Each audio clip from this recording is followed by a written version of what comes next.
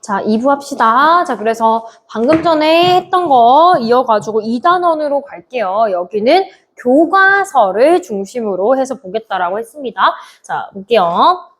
화자씨의 모든 것. 자, 방금 전에 제가 시적 화자에 대해서 이야기할 거다라고 뒤에서 할 거다라고 했었는데요.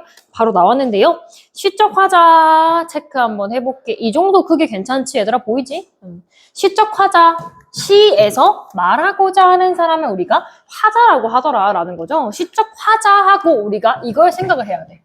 중요해. 옆에 써놔. 시적 화자는 시에서 말하는 사람이야. 그럼 작가일까? 시인일까? 시인일 수도 있지.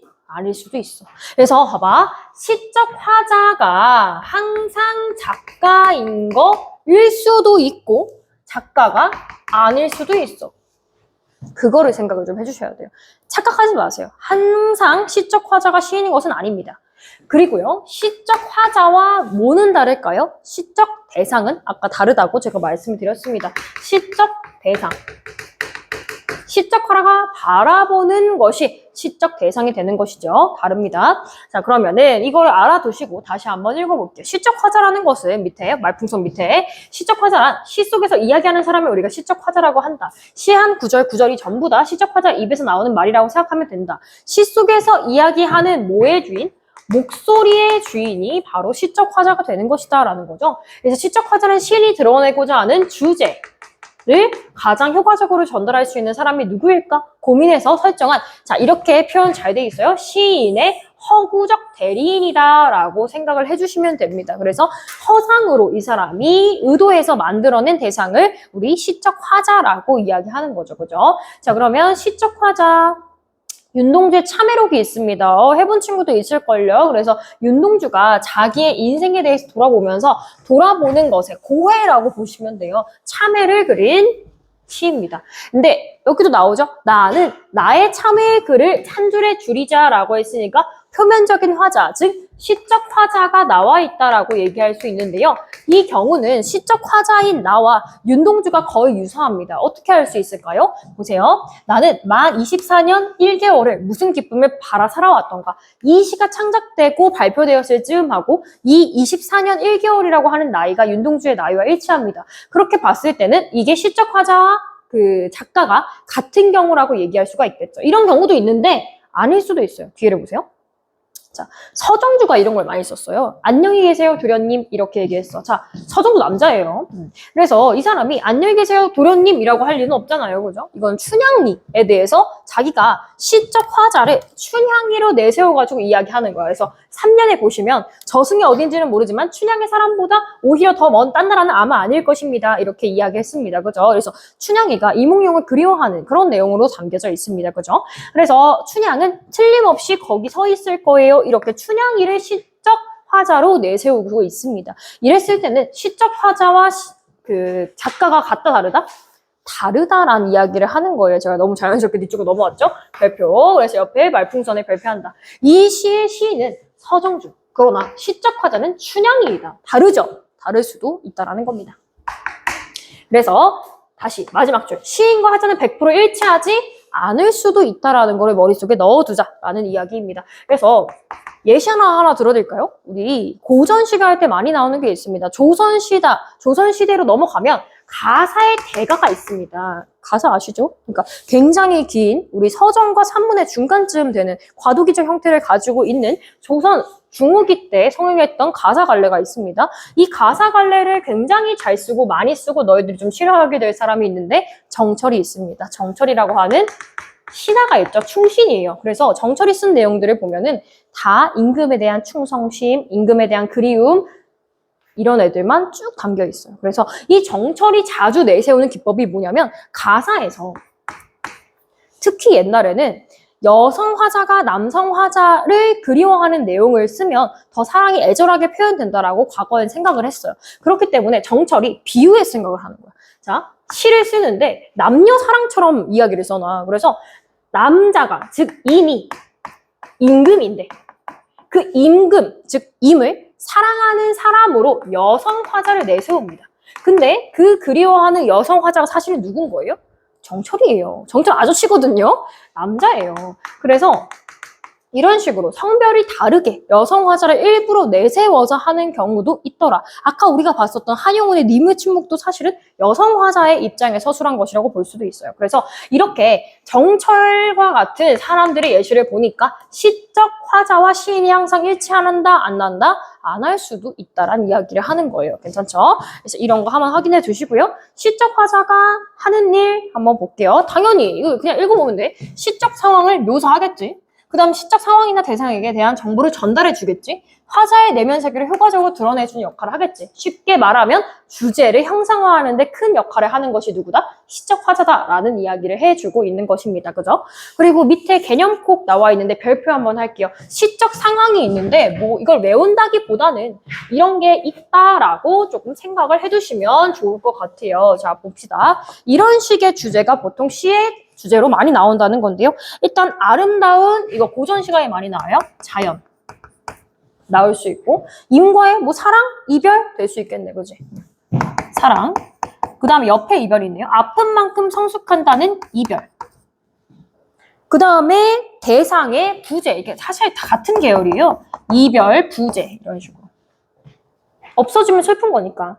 자, 그 다음에 또 뭘 쓸 수 있냐? 어떤 대상이나 상황을 관찰. 이거는 자연에 대해서 이야기할 때 또 많이 나오죠. 자연의 모습에 대해서 관찰해서 서술하고 자연이 좋다. 뭐 이런 식으로 얘기한다든지. 그 다음에 도망치고 싶을 만큼 뭐한 현실? 고통스러운 현실이 있을 수가 있고. 마지막에 또 부조리한 현실. 탐관오리에 대한 비판이라든지 내가 임금의 충신이었는데 모함을 받아가지고 유배를 오게 되었다든지 뭐 그런 내용이 들어갈 수가 있다라는 겁니다. 이런 게 시적 상황이다. 모르는 거 없죠? 확인을 좀 해주시고요. 다시 한번 시적 대상은 이게 바라보는 대상이라고 이야기했습니다. 중요. 시에서 시적 화자의 말을 들어주는 청자도 시적 대상이 될 수 있고요. 아니면 인물, 자연물, 현상 이런 애들을 다 뭐라고 하더라? 시적 대상이라고 이야기를 하더라라는 겁니다. 그죠? 이 차이를 좀 봐두시면 되겠습니다. 됐나요? 자, 그 다음에 정서하고 어조가 있는데 정서는 아까 이야기했잖아. 정태의기 할 때 정이야. 그래서 정서는 감정이죠. 감정에는 뭐 여러 가지가 있을 수 있겠지만 계열을 나뉜다면 두 가지죠. 나쁘다, 좋다. 그죠? 그래서 시적 화자의 정서나 시적 화자가 자신이 처한 상황이나 바라보고 있는 시적 대상과 관련해서 느끼는 다양한 뭐 감정, 혹은 기분, 자세 이런 애들을 정서라고 하겠죠. 시에 뭐라는 거죠? 등장하는 애들인 거죠. 그죠? 그래서 긍정적인 정서, 그 다음에 부정적인 정서가 있다. 근데 한번 읽어보시면 돼요. 용어만 익숙해지면 되겠죠? 기쁨, 희망, 소망, 동경, 사랑, 즐거움, 안도감, 경외감. 여기 중에서 모르는 단어가 있을까? 따지면 경외감? 경외감이라는 건 보통 절대자에 대해서 내가 범접할 수 없는 것에도 느끼는 존경스러움을 경외감이라고 하죠. 그 다음에 부정적 정서. 슬픔, 절망, 한, 체념, 갈등, 외로움, 노여움, 안타까움. 노여움은 뭔가 불만이 있다라는 거죠. 그죠? 뭐 그 정도를 봐두시면 되겠다. 그거는 뭐 어려운 거 없고 정서라는 게 있고 그 다음에 어조, 말투가 있습니다. 은근 헷갈리는 게 너희들이 어조죠. 그래서 어조는 무엇이 있고 어떤 효과를 지니는가에 대해서 보자. 시적 화자의 어조란 시적 화자가 바라보고 있는 대상이나 청자에게 취하는 자세, 그러니까 말투야, 말투. 말투라고 이해를 하면 된다. 그래서 어조는 이거 중요. 어조는 얘들아 뭘 보면 될까? 종결어미를 보면 돼. 그래서 끝내주는 애들을 보면서 아 이러한 어조를 사용하고 있구나라는 거를 이해해 주시면 되겠습니다. 종결어미를 통해서 드러날 때가 많다. 그러면 어조의 기능, 어떤 걸 알 수 있어? 시의 분위기를 알 수 있겠지. 어조 문제는 자주 나오지 않나요? 건거체를 활용하고 있다. 뭐 유사한 용, 종결어미를 사용해서 운율감을 형성한다? 뭐 이런 얘기할 때 나오는 겁니다. 그 다음에 시적 화자의 정서와 태도 당연히 알 수 있고요. 시적 화자가 강조하는 시의 주제를 알 수 있다. 그러니까 우리가 지금 다 보는 정서, 태도, 어조 이런 것들을 다 왜 공부하냐? 주제를 알기 위해서 하나라는 얘기를 지금 길게 해주는 거죠. 그죠? 그 다음에 어조의 유형. 이거는 좀 봐야 된다. 자, 청자의 유무에 따라서 이거 헷갈려요. 어떻게 헷갈리냐? 듣는 사람이 없어. 자기 혼자 주절 얘기해. 그러면 독백체라고 해. 청자가 없으면 독백체야. 자기 혼자 이야기하는 거. 대개의 시가 이렇게 되어 있죠. 근데 듣는 사람한테 마치 말을 거는 듯한 태도를 보여요. 아니면 시에서 대화를 나누는 경우도 있어요. 그런 걸 뭐라고 하냐? 대화체라고 하는데요. 여기서 유의할 점은 뭐냐면 얘들아. 대답이 안 돌아올 수도 있어. 내가 얘기만 걸 수도 있어. 뭐뭐 하자. 말을 건넬 수가 있단 말이야. 그것도 대화체일까? 예. 그것도 대화체입니다. 그래서 이거를 조금 유의를 해두세요. 대화체에 들어간다. 그 다음에 시적 화자의 정서에 따라 낙천, 분노, 희망, 비애, 영탄, 걱정, 그리움 모르는 거 없겠죠. 그 다음에 타자가 청자에 대해서 어떤 태도를 가지느냐에 따라서 얘는 좀 봐야 돼. 명령, 뭐뭐 해라. 그 다음에 청유, 하자. 그 다음에 음은 하는가? 기원, 하리라, 하기를 바란다. 예찬, 소망, 수능 등등이 있겠다. 그 다음에 대상에 대한 화자의 태도, 냉소, 이거 뒤에서 할 건데 차가운 미소가 냉소예요. 냉소는 부정입니다. 그래서 약간 너에 대해서 그 대상에 대해서 냉소적이라는 거는 차가운 태도야. 차갑게 비웃는다는 거야. 알겠지? 그 다음에 친화, 비판, 동경, 풍자, 해악 이것도 뒤에 나올 겁니다. 이런 태도에 따라서 어조가 달라질 수 있다는 거고요. 자, 보세요. 뒤에 아까 이야기했던 어조를 조금 더 자세하고 예시를 위주로 지금 설명을 해놨어요. 예를 좀 봅시다. 어조를 파악할 때 도움이 될 수 있는 힌트. 일단 화자의 연령. 이것도 소설 같은 데서 보통 자주 나오거든요. 어린아이를 하자로 설정하는 경우가 있어요. 일부러 어린아이의 시선에서 소설을 전개하는 경우가 있다고. 옛날에 그 소설 중에 노새 두 마리라고 하는 소설에서도 그렇고 너희들이 조금 더 알만한 건 사랑방송님과 어머니 아시죠? 거기에 보면은 여자 딸내미가 나와요. 근데 그 딸내미가 어른들을 관찰하는 방식으로 되어 있죠. 그래서 그 어른들이 있는데 어머니가 있어. 근데 어머니는 어떤 상황이냐면 남편이랑 사별을 했어. 근데 남편이랑 사별을 했는데 남편의 친구가 있어. 그 아저씨랑 사랑하는 거야. 근데 그거를 솔직히 어떤 측면에서 보면 좀 비도덕적이다라고 할 수 있잖아. 근데 그거를 어린아이의 시선에서 서술해서 어린아이의 순수함으로 그 사랑을 그려내고 있다. 뭐 이런 식의 효과가 있을 수 있다는 거예요. 자, 그 다음에 문체. 경어체 모르지 않겠지? 높임말이야. 그죠? 경어체를 쓰면 어떤 효과가 있을까? 그 대상에 대해서 존중하는 느낌을 줄 수도 있고 아니면 내가 어떤 나의 상황에 대해서 고백하는 어투가 될 수도 있다는 거. 그 다음에 의고체. 말이 어려운데 옛날스러운 말투라는 거야. 그래서 하우체였던 거야. 하우체. 그 다음에 방언, 사투리. 사투리 나오면 당연히 향토적 정서, 뭐 시골의 느낌 이런 것들을 준다는 거죠. 그 다음에 비속어는 뭔가 비판하고자 했을 때, 우스꽝스럽게 표현하고자 했을 때 비속어를 쓰는 거고요. 그 다음에 종결어미, 평서, 명령, 청유 아까 이야기했었습니다. 됐고 확인 한번 해두시고요. 개념콕, 아까 별표만 하고 넘어갈게. 독백체하고 대화체가 있는데 여기 독백 상황에서 자기 혼자 중얼거리는 식은 독백체. 근데 다 대화체야. 뭐가 다 대화체냐면 진짜 대화를 하는 것도 대화체, 말을 건네는 것도 대화체라는 거를 알아두시면 되겠습니다. 독백체와 대화체.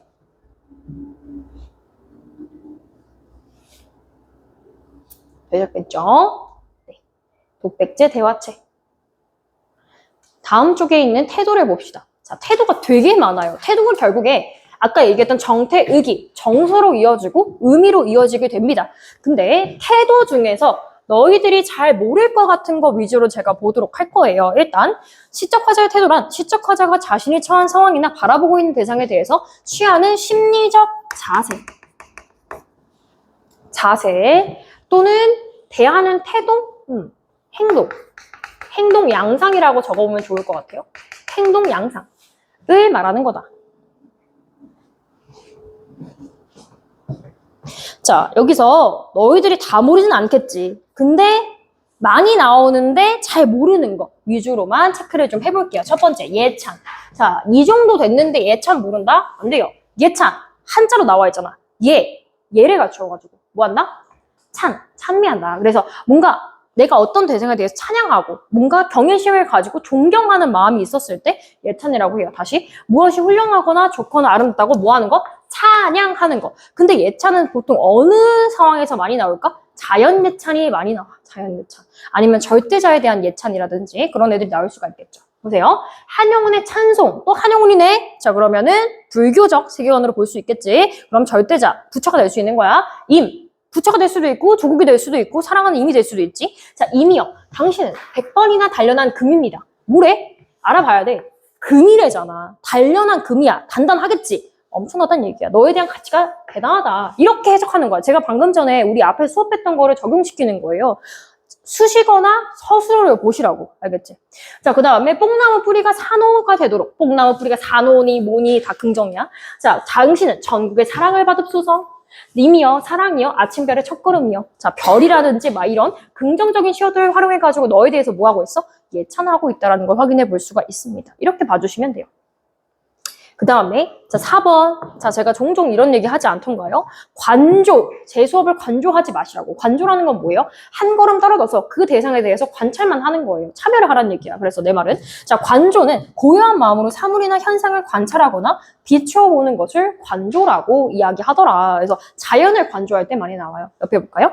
자, 중간에 중요한 부분 위주로 볼게. 보니까 빨간색, 저 눈부신 햇빛 속에 갈매빛의 등성이를 드러내고 서 있는 여름산 같은 지구밥이네요.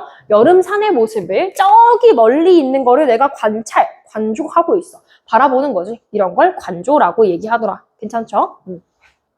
그 다음에 밑에 보면은 달관, 별표, 중요. 자, 달관이라는 거는 언제 나오냐. 뭔가 현실적인 억압이라든지 고난이 있었을 때 그 상황에 대해서 내가 체념이랑은 달라. 포기하는 게 아니라 그렇구나. 수용.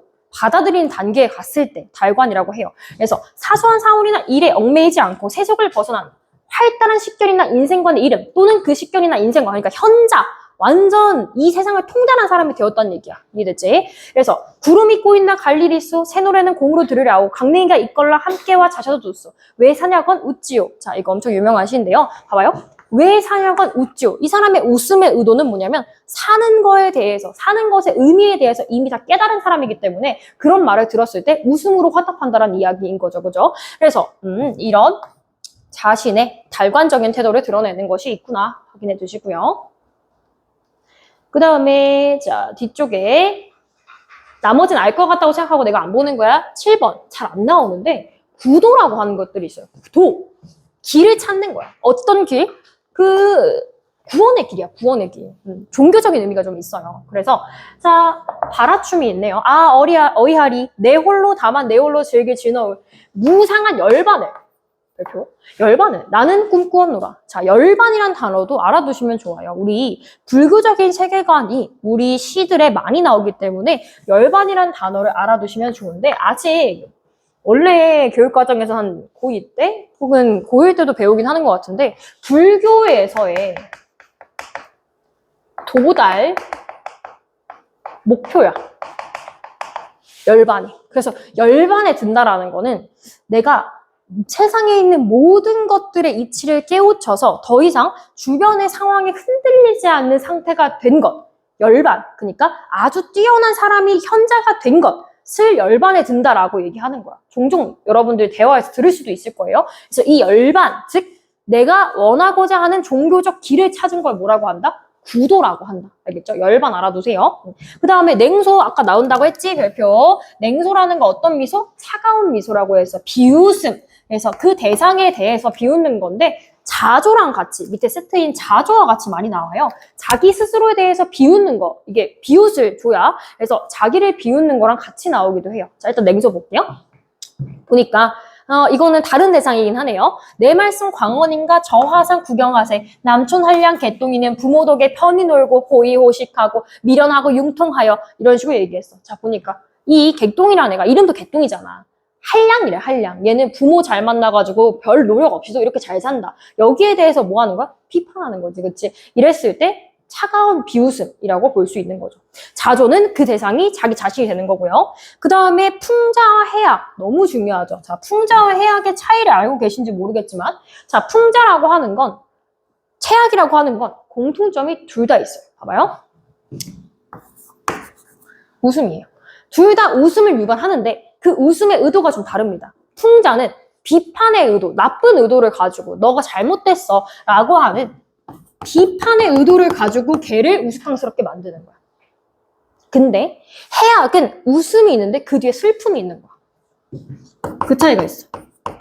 봐요. 자, 그래서 풍자라고 하는 거는 예를 들어서 내가 탕간오리라든지 아니면 나를 좀먹는 우리나라 뭐 국정에 대해서 얘기를 하고 싶어요. 그렇게 얘기를 하고자 했을 때 걔네들을 막 우스꽝스러운 외모로 표현해. 그럼 비판이지. 웃고 나서 뒤에 쓴웃음이 있는 거야. 비판이 있는 거니까. 근데 백성들이 너무 가난해. 그래서 흥부가 너무 가난해서 뭐 집신이 찢어지고 옷이 낡아 빠지고 얼굴에는 밥풀이 묻었으면 뭐 이런 식으로 해. 그거는 사실 우스꽝스럽지만 그 뒤에 뭐가 흘러? 눈물이 흐르는 거지. 안타깝지. 백성이 이렇게 산다는 거니까. 그 차이가 있어. 풍자와 해악은. 자, 그러면은 풍자 이거 이재현의 사리화라고 하는 아주 유명한 한시인데요. 자, 참새가 어디서 오가면 나느냐. 참새가 얘들아 다 곡식 쪼아 먹잖아. 쌀 나오면은. 그래서 허수아비 세우잖아. 근데 참새야 어디서 오가면 나느냐. 1년 농사는 아랑곳하지 않고 늙은 호라비 홀로 갈고 맺는데 밭의 벼며 기장을 다 없애다니.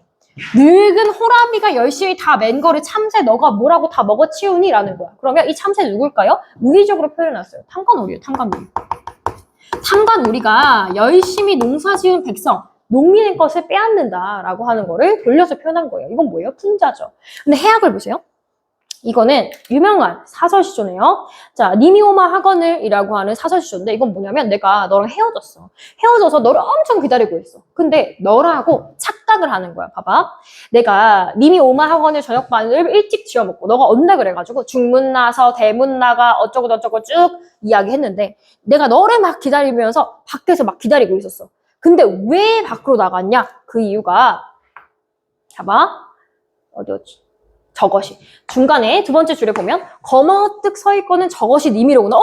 온다. 그림자를 봤어. 봐가지고 후다닥 나갔는데 마지막에 웃겨. 껍질 벗긴 주추리 3대가 얄밉게도 날 속였구나. 이게 무슨 말이냐면 농사 끝나고 그 주추리 3대라고 하는 식물이 있는데 사람만 해요. 걔가 키가. 그거를 말려둔 걸 마당인가 어딘가에 두었는데 그거를 보고 임이다. 임이라고 착각해가지고 나갔는데 아니었다는 거야. 그래서 사랑하는 사람에 대해서 너무 그리운 나머지 이런 우스꽝스러운 모습을 보이는 거죠. 근데 모처라 밤이었기에 망정이지 해여나 낮이었다면 남 웃길 뻔했구나 라는 거야. 남이 이 모습을 봤다면 얼마나 내가 부끄러웠을까 그렇게 이야기하는 내용인데 사실 이거는 웃고 나서 얘 쟤 뭐야 착각했네 하고 나서 한편으로는 슬프죠. 얼마나 그리웠으면 제가 주출 3대를 임이라고 봤을까 라고 하는 거니까 얘는 뭐야? 해악이지. 풍자랑 다릅니다. 이해되셨죠? 그 다음에 나머지는 뭐 어려운 거 없을 것 같고 나머지는 확인만 해두시고요. 뒤로 넘어가서 회고하고 회의를 볼게요. 뭐 어느 정도 익숙해지셨긴 했겠지만 회고 회의 했을 때 회의가 알지? 이 회의 아니야. 자, 몇 시에 회의 있습니다. 아니에요. 회고도 마찬가지야. 돌아보는 거야. 회고와 회의는 비슷한 의미를 가지고 있는데 자, 회고는 지나간 일을 돌이켜 생각하는 거. 그러니까 자기에 대해서 반성하고 성찰하는 거랑 결이 같다라고 생각을 해주시면 돼요. 그 다음에 회의는 의심을 품어. 그러니까 나에 대해서 반성하는 게 조금 더 커요. 그래서 또는 마음속에 품고 있는 의심이 있다. 라는 건데 첫 번째 회고를 볼게요. 이거는 추억을 회상하는 것도 회고라고 얘기할 수 있어요. 정지용의 향수 너무 유명하죠. 자신의 고향에 대해서 그리워하는 내용의 시입니다. 봐봐요. 함부로 쏜 화살을 찾으려 풀섬 이슬 함추름 쥐적시던 곳 그곳이 차마 꿈엔데 이칠랴. 이게 이 사람이 어렸을 때 겪었던 소년이었을 때 겪었던 고향의 모습이에요. 고향의 모습을 추억하는 거죠. 회고입니다. 그 다음에 회의는 조금 더 부정적인 감정이 있어요. 이거 윤동주에 쉽게 쓰여진 시 했을걸요? 윤동주 일제강점기 시대예요. 자, 보세요.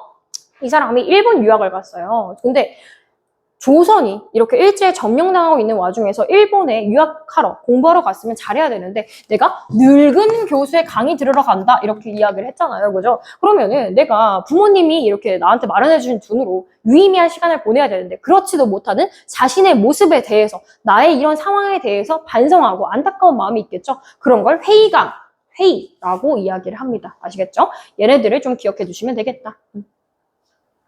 여기는 이렇게 마무리를 할 거고요. 그 다음에 뒤쪽에 이제 시상 전개 방식이 있는데요. 여기부터는 다시 필기하면서 내용 확인해 보도록 할게요. 다시 필기로 돌아가요. 이거는 빼야겠다.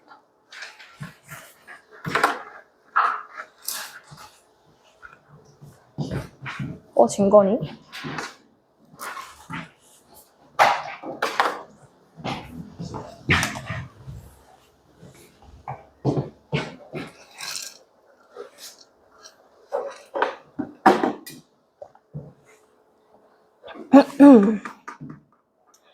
자, 보도록 합시다. 자, 계속 지금 시에 대해서 이야기를 하는 건데 3단원 파트는 시상. 전개 방식이에요. 그러면 시상에 대해서 먼저 알아야 한다. 시상이라는 건 뭐냐? 시에서 말하고자 하는 주제와 생각이야. 그러니까 떠오르는 생각. 시의 주제, 생각들을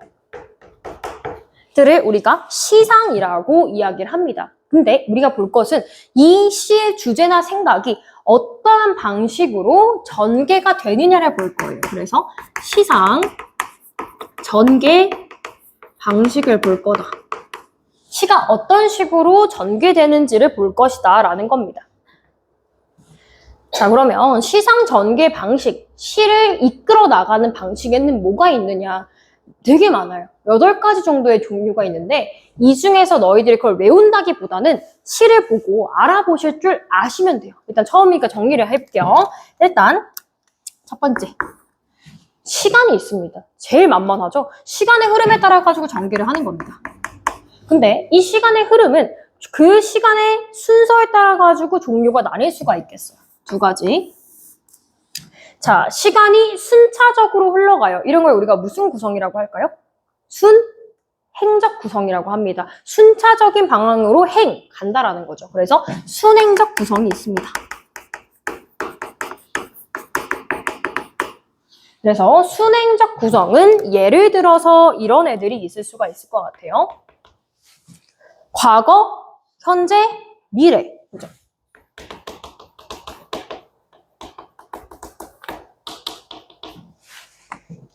과거, 현재, 미래 이런 애들이 들어갈 수가 있고요. 아니면 그 시간을 조금 더 잘게 쪼갤 수도 있어. 하루가 될 수도 있지. 아침, 점심, 저녁, 밤, 새벽.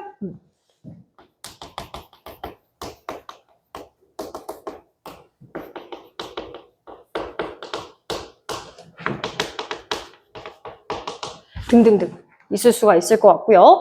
아침, 점심, 저녁, 밤, 새벽 이런 애들이 들어갈 수 있고 그 다음에 더 커질 수도 있죠. 계절이 될 수 있어요. 봄, 여름, 가을, 겨울인데 어차피 뒤에서도 한자어로 알아둬야 되니까 한자어로 써볼게요. 봄, 춘, 여름, 하, 가을, 추, 겨울, 동, 춘, 하, 추, 동의 방식으로 흘러가는 거. 어쨌든 자연에서 일반적으로 흘러가는 시간의 흐름에 맞춰져 있다라고 한다면 순행적인 구성이다라고 우리가 얘기해 줄 수 있는 거죠. 순행적 구성. 근데 순행적이지 않을 수도 있어요. 시의 전기가. 반대일 수도 있죠. 봐봐요. 일반적인 시간의 흐름에 따르지 않는 반대되어 있다라고 하는 걸 뭐라고 할까? 역순행적 구성이라고 얘기할 수가 있겠습니다. 그래서 얘는 역순행적 구성이다. 그렇게 이야기를 해줘요. 그러면 얘는 뭐가 나올지 몰라요. 자기 마음이야. 화자 마음이기 때문에 시인 마음이라서 과거 나왔다가 미래 나왔다가 현재 나올 수도 있고 현재 나왔다가 과거 나왔다가 미래 나올 수도 있고 자기 마음이야. 그래서 뭐 미래가 나왔다가 현재 나왔다가 과거 나왔다가 이런 식으로 가는 걸 역순행적 구성이다라고 이야기를 해주는 거고요. 자, 시간이 있으면 2번째 또 뭐가 있을까? 공간이 있어요. 시공간. 자, 공간에 따른 이동이 있을 수가 있는데 공간이 실제로 이동될 수도 있고 아니면 눈만 왔다리 갔다리 할 수도 있어요. 보세요. 그래서 화자가 물리적으로 이동했을 때 화자의 물리적 이동. 실제로 화자가 이동을 한 거야. 가 있을 수 있고 아니면 화자가 시선만 바꿔. 화자의 물리적이지 않고 시선적 이동인 거죠. 몸이 이동하는 게 아니라 눈이 이동할 수 있다. 공간. 이런 식으로 시상 전개가 될 수도 있고 사실 시공간 못지않게 많이 나오는 게 3번이죠. 대립. 사실 이거를 찾는 게 관건이 되기도 합니다. 대립이라는 건 서로 대조되고 비교된다는 얘기인데 뭐가 대립되겠어요? 긍정적 시어하고 부정적 시어가 대비가 되겠죠. 그죠? 그래서 긍정적 시어와 부정적 시어가 대비가 될 수 있다. 자, 그러면은 긍정적 시어, 부정적 시어는 어떻게 찾느냐? 아까 이야기했던 거를 활용해서 찾으면 된다. 3슛 있죠? 그래서 상황, 수식, 서술을 바탕으로 얘가 긍정적 시어인지 부정적 시어인지 파악해 주시면 되겠다라는 이야기입니다. 여기까지가 아주 기본적인 시상 전개 방식인 거고요. 자, 그 다음에 또 뭐가 있을 수 있냐. 여기서부터는 조금 용어를 알아두셔야 될 필요가 있어요. 네 번째, 선경후정. 봐봐요. 먼저 경치, 그 다음에 정서 해서 선경후정이야. 선, 경, 후, 정. 보세요. 한자를 좀 알아둘 필요가 있다고 했죠. 먼저 선이야. 그지? 그리고 뒤후야. 그러니까 경치를 먼저 보여줘. 경치 아름답지? 그 다음에 내가 하고 싶은 말. 이런 게 선경후정입니다. 선경후정은 어디에서 어디로? 경치에서 정서로 간다.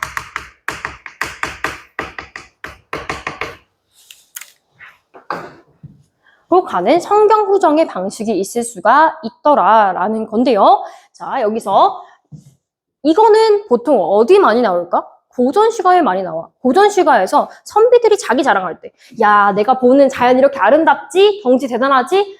나 여기서 즐기는 게 좋아. 그리고 이게 다 성은이 만극해서 그래. 그러니까 임금 덕이다. 임금 덕분이다. 이런 내용을 할 때 선경후정이 많이 나옵니다. 근데 역도 되나요? 이거의 반대도 되나요? 예, 됩니다. 선정후경도 가끔 있어요. 그래서 먼저 정서, 그 다음에 경치도 있다. 선정후경도 있다. 선정, 후경도 있을 수가 있겠다라는 거고요. 자, 그 다음에 5번째. 들어봤을까요? 시의 맨 처음 부분하고 마지막 부분이 서로 유사하게 같이 오는 거 있어요. 이런 걸 무슨 구조라고 해? 무슨 식 구조? 수미 상관식 구조라고 이야기를 하죠. 그렇죠? 그래서 수미 상관식 구조. 근데 이 수미상관 이름이 어렵다고 생각하는 친구들이 있어. 근데 얘도 한자 아시면 돼요. 이건 알겠지? 어말, 어미 할 때 어미야. 그래서 꼬리 밑자야. 끝에 온다. 이게 뭐야? 마지막 연이지. 그 다음에 머리 두자. 물론 어두장군 할 때 그런 어두처럼 두자가 있어요. 머리 두가 있는데 얘도 머리예요. 머리 숫자예요. 그래서 머리.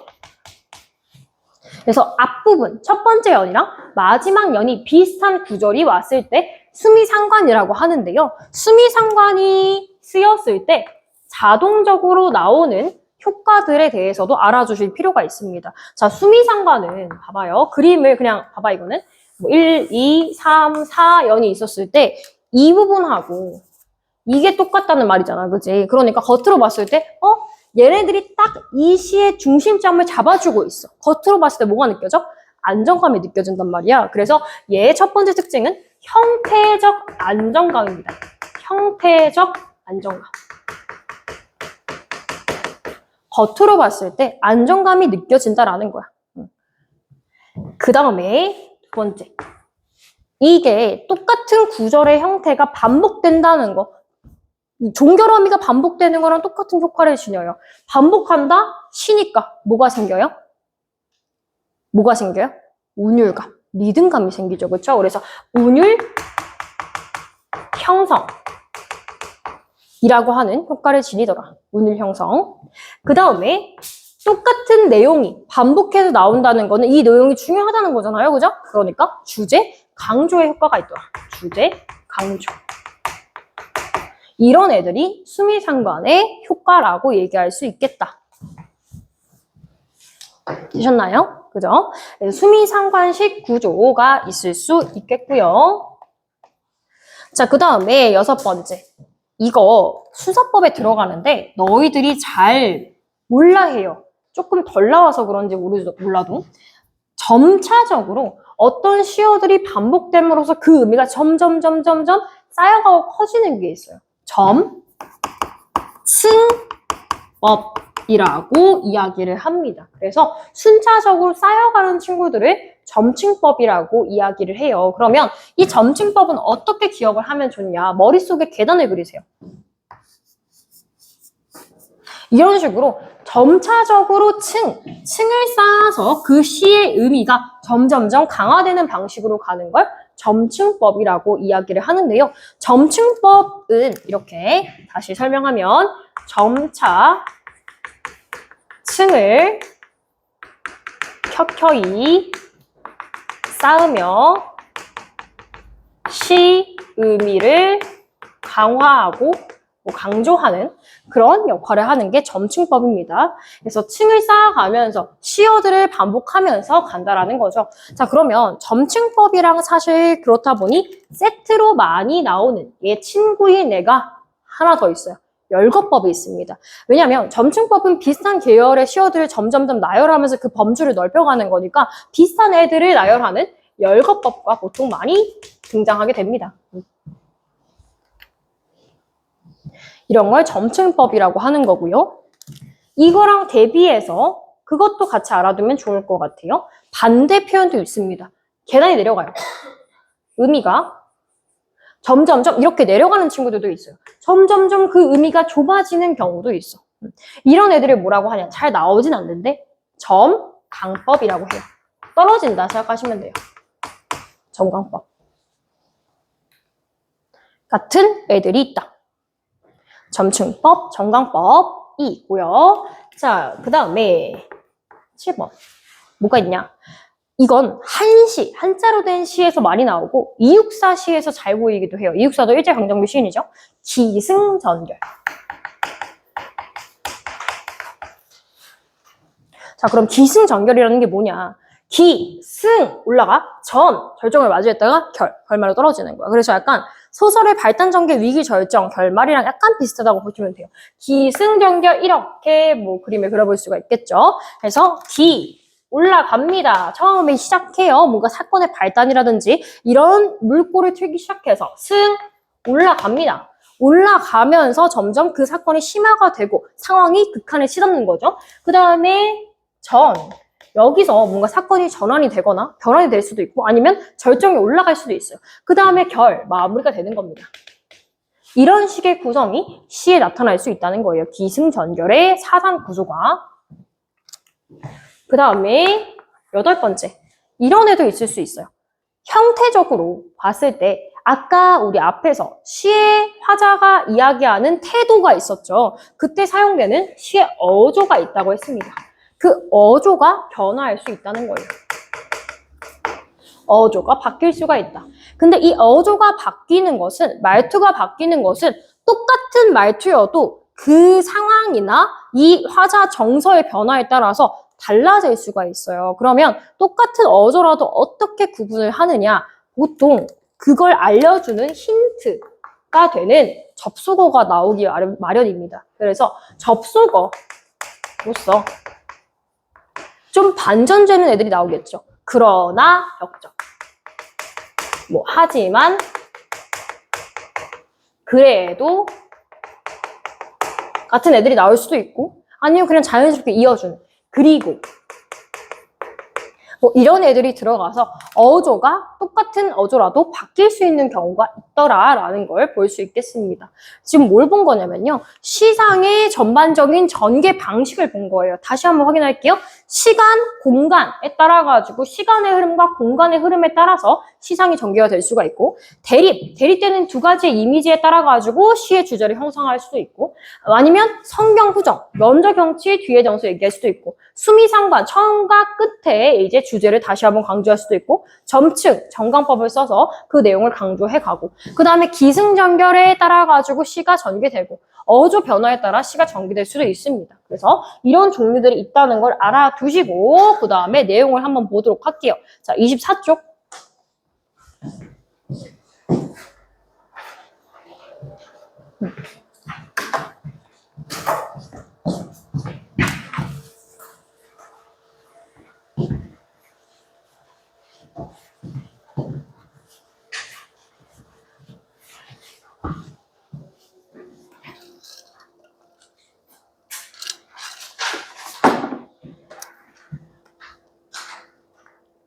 배터리가.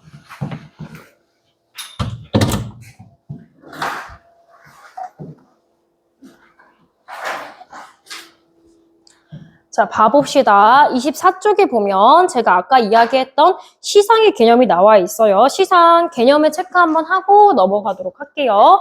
자, 시상 체크 첫 번째 뜻 뭐라고요? 시를 짓기 위한 착상이나 구상, 머릿속에 떠오르는 시의 제재와 주제가 될 수 있겠죠. 그 다음에 시에 나타난 감정이나 사상, 그 다음에 시적인 생각이나 상념, 시사. 결국엔 생각과 주제가 되는 거예요. 그죠? 이런 시의 주제를 어떤 식으로 이끌어 나가는가가 아까 이야기했던 시상 전개 방식이라고 했죠. 그래서 시에 나타난 사상이나 감정들을 표현해 나가는 방식, 시에 나타난 사상이나 생각, 감정 등을 표현해 나가는 방식을 시상 전개 방식이다. 근데 이런 시상 전개 방식을 파악하는 일이 중요한 이유가 있다라고 했죠. 왜 중요해요? 결국에 뭐를 이해하기 위해서? 시의 주제를 이해하기 위해서 필요한 과정이란 이야기입니다. 그래서 주제를 이해할 필요가 있어서.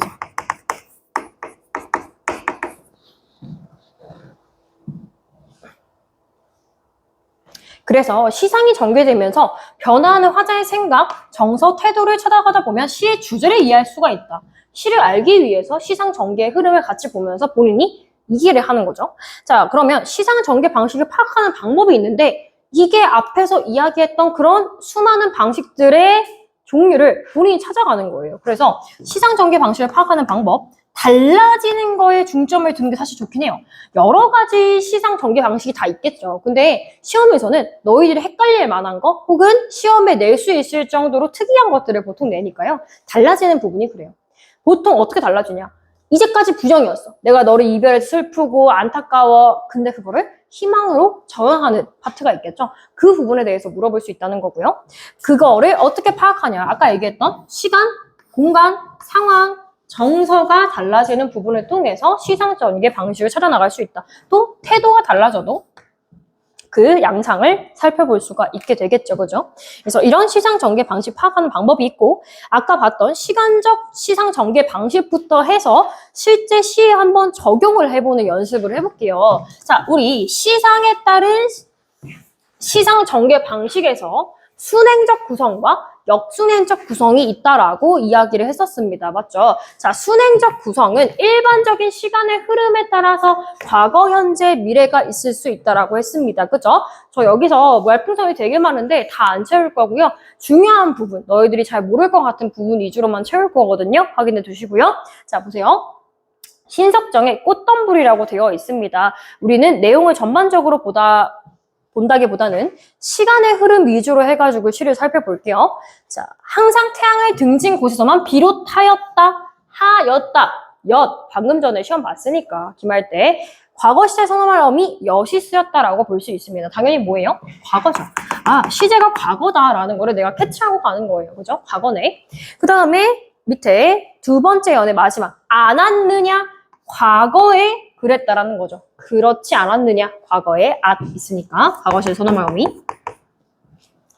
그 다음에 그게 이어져서 옆에 3년을 보면 그러는 동안에 떠나버린 벗도 있다. 팔아버린 벗도 있다. 이런 식으로 이야기해줬습니다. 뭐뭐 아어버리다 기억나시나요? 완료상이죠. 그렇죠? 완료상이므로 이미 끝나버린 상황에서 이야기를 하는 거니 과거라고 이해해 볼 수 있겠다. 체크 한번 할게요. 자, 그러는 동안에 36회가 지나갔다. 과거시제 선언할 어미 앗 들어있는 거 볼 수 있습니다. 그죠? 과거입니다. 여기까지 과거인데요. 여기서 보니까 다시 우러러보는 이 하늘에 겨울밤 달이 아직도 차다. 아직도라는 건 내가 지금 바라보고 있는 상황 속에서도 차갑다라는 이야기를 하는 거죠. 그러니까 현재로 왔습니다. 봐봐요. 과거에서 어디로 왔다? 현재로 왔다는 거 알 수 있습니다. 과거, 현재로 가고요. 그 다음에 쏟아지는 과거인가요, 이게? 쏟아지는 태양이니까 지금 그렇다라는 거죠. 그래서 현재를 나타내 줄 수 있는 관형 사용 어미 는이 들어가 있는 거 알 수 있습니다. 그죠? 그 다음에 보리라 앞으로 그럴 것이다. 미래 시제를 나타내주는 어미가 드러나 있습니다. 뭐뭐 리라 의지를 표현하는 거죠. 그래서 미래 시제로 바뀐다. 과거, 현재, 미래 이런 식으로 구성이 되어 있습니다. 그죠? 그러니까 뭐가 된다? 순행적 구성이 드러나는 시의 예시로 볼 수 있다는 거예요. 이런 식으로 적용을 해볼 수가 있다. 되셨나요? 네, 이런 식으로 보고 자, 그 다음에 하루의 흐름도 낼 수 있다. 자, 이거는 더 알아보기 쉽지 않을까요? 아침, 점심, 저녁, 밤, 새벽. 자, 확인만 한번 해보고 가자. 지는 저녁해를 바라보며 처음에 애초에 아침에 시작한 게 아니네. 저녁일 수도 있지, 그지? 저녁에 시작해서 자, 나는 오늘도 그대를 사랑하였습니다. 과거시제 선언할 어미 엿이네요. 저녁이 과거였나 보죠? 그 다음에 날 저문 하늘. 자, 아까 지는 저녁해. 초저녁이야. 그랬다가 이미 날이 저물었어. 그러면 이제 완전 저녁이고 밤이 됐다라고 얘기할 수 있겠지, 그치? 그 다음에 새벽달이 떴어. 순차적으로 가네, 그치? 새벽달이 빈 길에 뜬다. 이거 언제야? 새벽이죠, 그죠? 그 다음에 내가 그 새벽에 울었던 적이 있습니다. 과거에 그랬다는 거네요. 과거, 진짜 선언말음이. 그 다음에 내가 옆에 보니까 새벽보다 깊은 새벽이라고 해서 더 깊어진 새벽을 엿볼 수가 있다. 그죠? 그리고 행복하였습니다 해서 과거에 대해서 쭉 이야기를 해주는 걸 확인해 볼 수가 있겠더라라는 겁니다. 괜찮죠? 그래서 이런 식으로 순차적으로 가는 것도 다보다 순행적인 구성이다라고 볼 수 있는데 밑에 말풍선에 중요한 것만 채울게요. 저녁 해가 질 땐 그대를 뭐하는 마음? 사랑한다 그랬지. 그래서 시간의 흐름에 따라 가지고 이 화자의 정서가 변화하는 것까지 알아보면 더 좋다는 얘기야. 사랑했지. 저녁 때는 사랑하다가 날이 저물고 새벽달이 떴을 땐 그리움으로 인해서 자 저무는 섬 하나 떠올리면 울었다 그랬잖아. 그러니까 그리움이지, 그렇지? 그래서 그리움으로 인한 슬픔.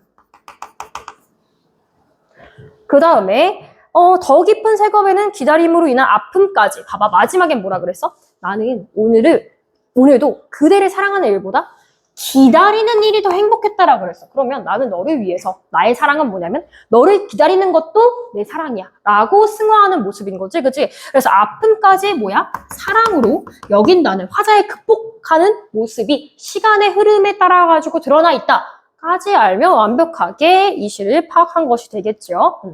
자, 그 다음 계절의 변화. 자, 중요. 자, 고전시가에서 계절의 변화가 보통 많이 나오는데요. 여러분들이 못 알아봐. 그게 문제야. 못 알아본다고. 그러면 어떻게 해야 되나요? 고전시가에 추나추동으로 나오면 땡큐야. 추나추동이라는 말이 시에 들어가 있다? 알기가 쉬운 거야. 근데 그거 말고 각 계절을 상징하는 여러 가지 시어들이 있어요. 그것만으로도 설명을 해줄 수가 있습니다. 그랬을 때는 걔네들을 너희들이 좀 외우고 알아보실 필요가 있어요. 자, 일단 춘향가 나왔네요. 자, 여기서 중요한 거. 춘풍, 도리화, 개야. 보통 이 정도 어려운 단어가 나오면 모의고사에서도 알려주기는 해요. 근데 여러분들이 이 자체만 두고도 해석할 줄 알면 좋겠죠. 자, 춘풍. 다른 거 그래. 몰라도 되는데 춘풍은 알아야지. 춘풍. 춘풍. 얘는 무슨 풍이야? 봄춘, 바람풍, 봄바람이라는 뜻이지, 그치? 봄바람이고, 그 다음에 야우, 그래, 이런 거는 잘 안 쓰일 수 있는데 유추해볼 수 있어. 밤야자에다가 비우자. 그래서 밤에 내리는 비, 오늘 비 온대요. 5시쯤에, 여튼. 비 온다, 여름이죠. 장마죠, 그죠? 그 다음에 추절, 쉽다. 가을 추자, 심지어 한자도 얘기해줬잖아. 그 다음에 동절, 겨울동. 이거 뭐야? 봄, 여름, 가을, 겨울이네? 알아보면 좋겠다는 거죠. 순행적 구조. 그리고 기러기 소리라는 것도 있어. 기러기 소리는 뭐냐면 가을의 말이 나요. 가을을 상징하는 세트 시어가 기러기입니다. 기러기. 그런 것까지 볼 수 있겠다라는 거죠. 자, 그러면 여기서 밑에 잘 나와 있어요. 개념콕 되어 있습니다. 별표. 자, 계절감을 드러내주는 시어들이 있습니다. 봄, 여름, 가을, 겨울에 각각 있는데요. 암기해 두시면 나중에 고전시가 할 때 편해요. 보실게요. 자, 동풍, 동쪽에서 불어오는 따스한 바람이 있거든요. 그런 애들이 다 봄을 상징하는 애들이 될 수가 있다. 그 다음에 이화, 이 정도는 알아주면 좋겠는데 배이자예요. 먹는 배, 과일 배, 배꽃이야, 배꽃. 흰색이에요, 참고로. 그 다음에 도화는 알겠지? 도화 뭘까요? 복숭아도, 복숭아꽃. 이거는 도가사장 얘기할 때 많이 나와요, 복숭아꽃.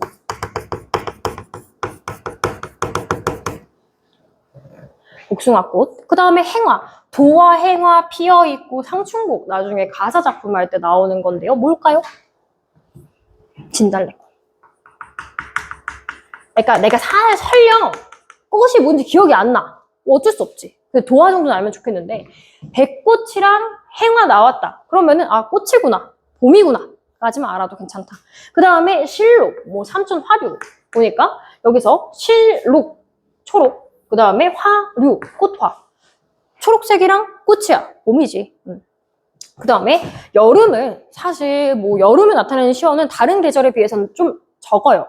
그래서 녹음 같은 애들을 기억해 주시면 되겠는데 은 지금도 쓰잖아. 녹음이, 알지? 레코드 녹음이 아니라 녹음이 우거지다 할 때 푸른색이 여름이 되면은 그 꽃이 다 지면서 이파리가 엄청 푸른색이 되잖아. 짙은 녹색이. 그걸 녹음이 졌다 뭐 이렇게 얘기하잖아요. 그죠? 그 녹음이에요. 그 다음에 가을, 아까 얘기했듯이 기러기, 낙엽, 단풍, 추풍, 가을추, 추풍 될 수 있고요. 겨울, 아까 이야기했던 백설이 만건곤 할 때 제가 뭐 이렇게 얘기했죠? 백설이 눈이에요.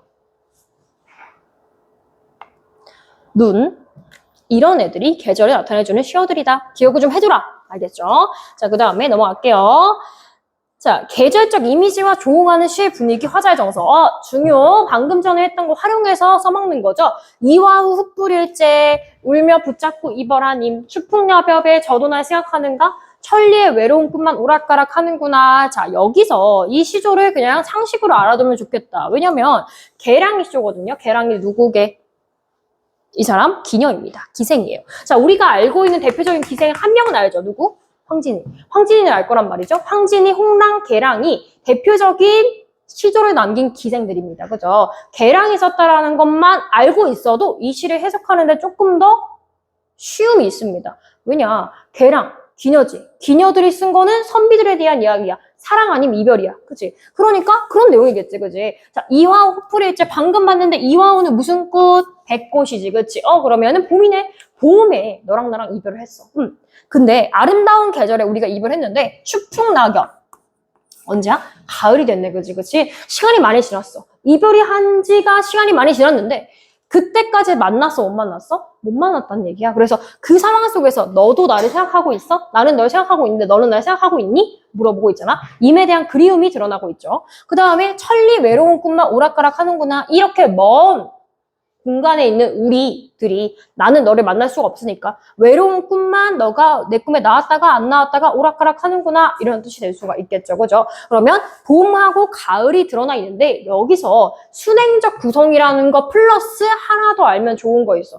해장고 애들은 했겠다. 봐봐요. 추풍이라고 하는 게 아까 낙엽이 떨어지는 거라고 했잖아요. 가을 바람에 낙엽이 떨어지는 거잖아요. 그죠? 떨어진다라는 건 어떤 이미지인가요? 하강적인 이미지죠. 그래서 가을, 하강적 이미지, 가을하면 쓸쓸함, 외로움이 같이 따라가는 겁니다. 이거는 항상 그렇다고는 볼 수 없지만 대개의 시에서 이런 계절적 이미지를 가지고 있다는 거예요. 그래서 봄은 사랑의 설렘, 왜냐하면 새로운 게 피고 생명력이 움트는 그런 계절이니까. 그 다음에 가을은 쓸쓸함과 외로움, 가을이 보통 많이 나와요. 쓸쓸하고 외롭다. 그 다음에 겨울은 춥고 아프고 이러잖아. 고통, 괴로움의 계절을 상징한다. 라는 것까지 알아두시면 좋겠고요. 만분가라는 것도 있습니다. 이거는 뭐 시대만 좀 볼게요. 가을달 밝은 바람에 두어소리 슬피 울어. 자, 가을이네. 직접적으로 얘기해줬지. 눈 속에 혼자 피어 베갯머리에 실리는 듯 눈이네. 겨울이지. 그래서 모의고사에서는 이것만 띡 주고 물어볼 수 있겠죠. 그냥 계절적 시어를 활용해서 계절적인 흐름에 따라서 시상을 전개하고 있다. 맞죠? 이런 식으로 나올 수 있다. 그 다음에 이거는 참조만 해둡시다. 종종 이런 것도 나와요. 태장고는 하도 추가시를 많이 해서 이런 애들도 1학기 때인가? 언제 한번 들어갔던 것 같은데 자연의 순환적 질서에 따른 시상 전개 방식이 뭐냐면 자연이라는 거는 계속 순환하잖아. 봐봐. 우리가 죽을 때 죽는 말을 우리 돌려서 말하기를 하잖아요. 어떻게 표현하죠? 죽다 말고 돌아가다 아니면은 뭐 소천하시다 승천하시다 뭐 이런 식으로 표현하죠. 자, 봐봐요. 여기서 돌아가다라고 하는 표현이 잘 보면 특이해요. 돌아간다는 건 원래 있던 자리로 다시 간다는 얘기죠. 우리는 그럼 원래 어디에서 왔어요? 흙에서 왔다라고 이야기를 하죠. 그렇죠? 그러니까 돌아가다라고 하는 그 정서가 자연의 순환적인 질서에서 왔다라는 이야기를 하는 거예요. 우리는 다 돌아가는 거예요. 그거를 식물을 통해서 보통 보여줘요. 봐봐요. 꽃이 피죠. 지죠. 지는데 그게 다시 거름이 돼서 그게 양분이 돼서 또 꽃을 피우죠. 이게 순환이라는 얘기야. 이해되죠? 그래서 꽃은 다시 핀다. 마찬가지로 나무도 시들죠? 낙엽 떨어지죠? 근데 그걸 양분으로 다시 잎을 내죠.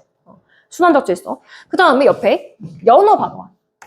연어 알죠? 저 물가, 강가를 거슬러 올라가는 연어. 연어는 위로 이제 역으로 자기 순환의 질서를 벗어나서 어떻게 하려고 해? 위로 올라가. 그리고 아래다. 그리고 죽죠. 그죠? 그래서 그 죽은 희생을 통해서 다시 또 새로운 생명이 태어나고 그게 뭐야? 수단이란 얘기야. 그지? 그래서 물고기 한 마리도 영원히 살고자 할 때는 절을 버리고 가는 것을 보라.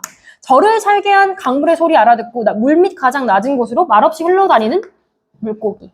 아낌없이 가진 것을 내주는 꽃과 나무. 이 사람이 바라보고 있는 건 자연의 순환적 질서에 따르고 있는 물고기, 꽃, 나무들에 대해서 얘기하면서 뭘 얘기하고 싶은 걸까? 이렇게 자연물들도 자연의 순환적 질서에 맡겨서 인생을 살아가는데 우리도 그런 삶을 살 필요가 있다. 뭐 그런 내용이겠죠. 그죠? 그래서 이런 식으로 자연의 순환적 질서도 시장 전개 방식에 들어갈 수 있다라는 거고요. 그 다음에 역순행적 구성이 있습니다. 다음 쪽 볼게요. 역순행적 구성.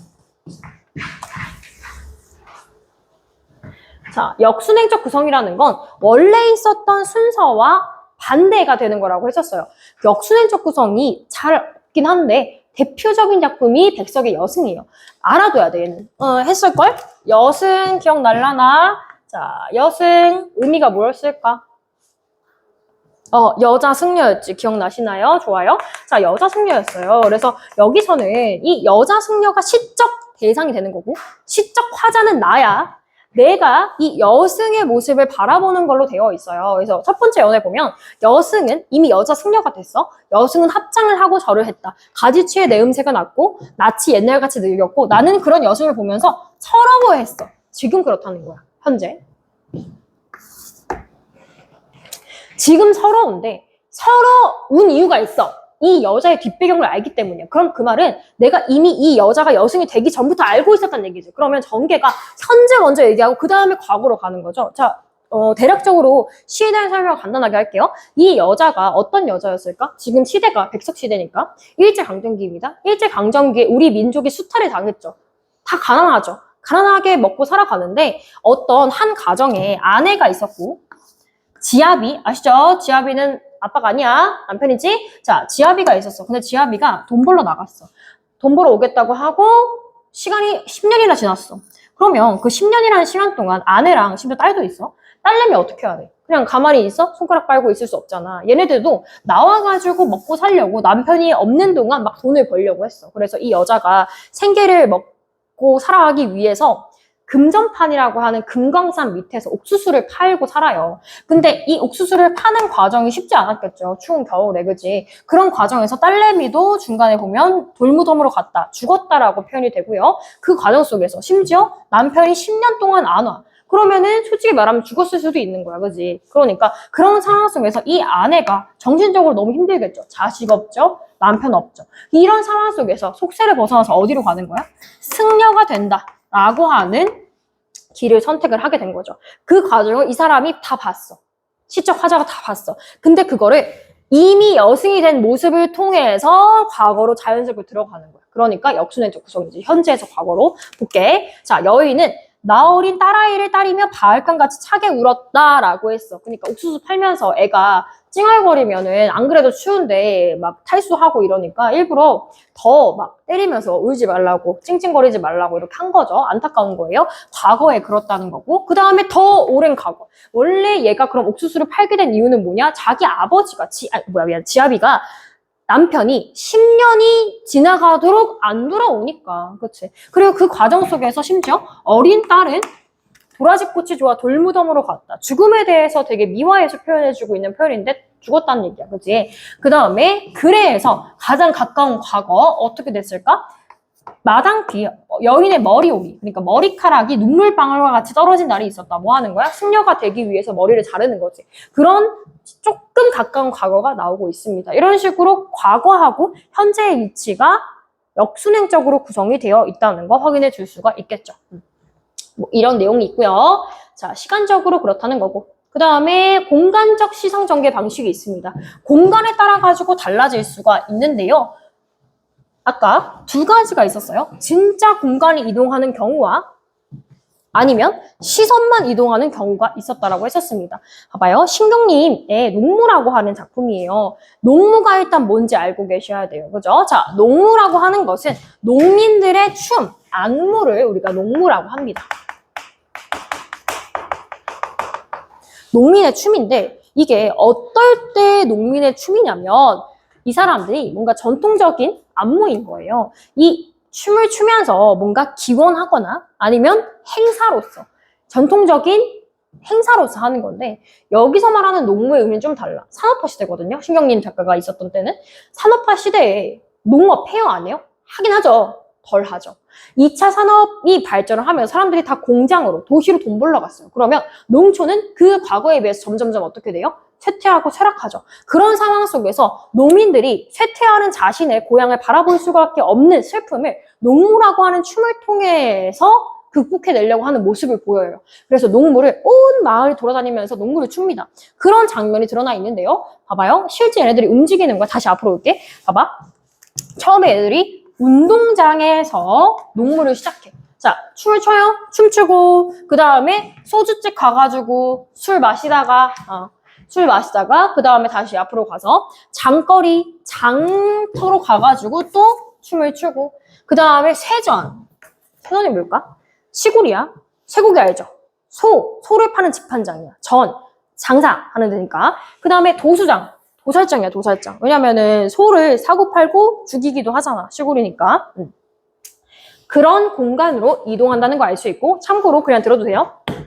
도수장이라고 하는 조금 폭력적인 소재죠. 그렇죠? 죽음의 소재, 부정적인 이미지를 가져온 이유는 얘네들의 감정이 점점점 고조되면서 농촌이 쇠락하는 것에 대한 안타까움을 강조하기 위해서 도수장이라는 이런 부정적인 시어를 사용한 겁니다.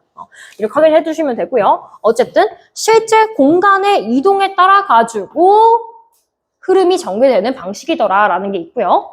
그 다음에 밑에 화자가 직접 공간을 이동하지 않지만 시선이 이동하는 경우가 있다라고 했었어요. 자, 그럼 시선이 어떤 식으로 이동하느냐 한번 볼게. 여러 대상들로 위에서 아래로, 아래에서 위로 가까운 경치, 근경에서 원경으로, 아니 원경에서 근경으로 갈 수도 있다라는 거죠. 자, 그러면 이렇게 시선의 이동에 따라 가지고 시상을 전개하면 어떤 효과가 있냐? 시선의 이동에 따라 대상이 뭐 되겠어요? 강조되겠지. 점점점, 그치?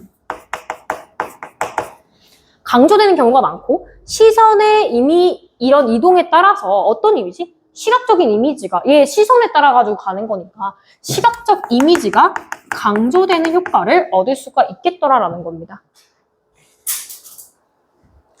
그래서 어떻게 시선의 이동이 있느냐? 일단 나열하면 사실은 그게 시선이 이동하는 것 같죠. 보세요.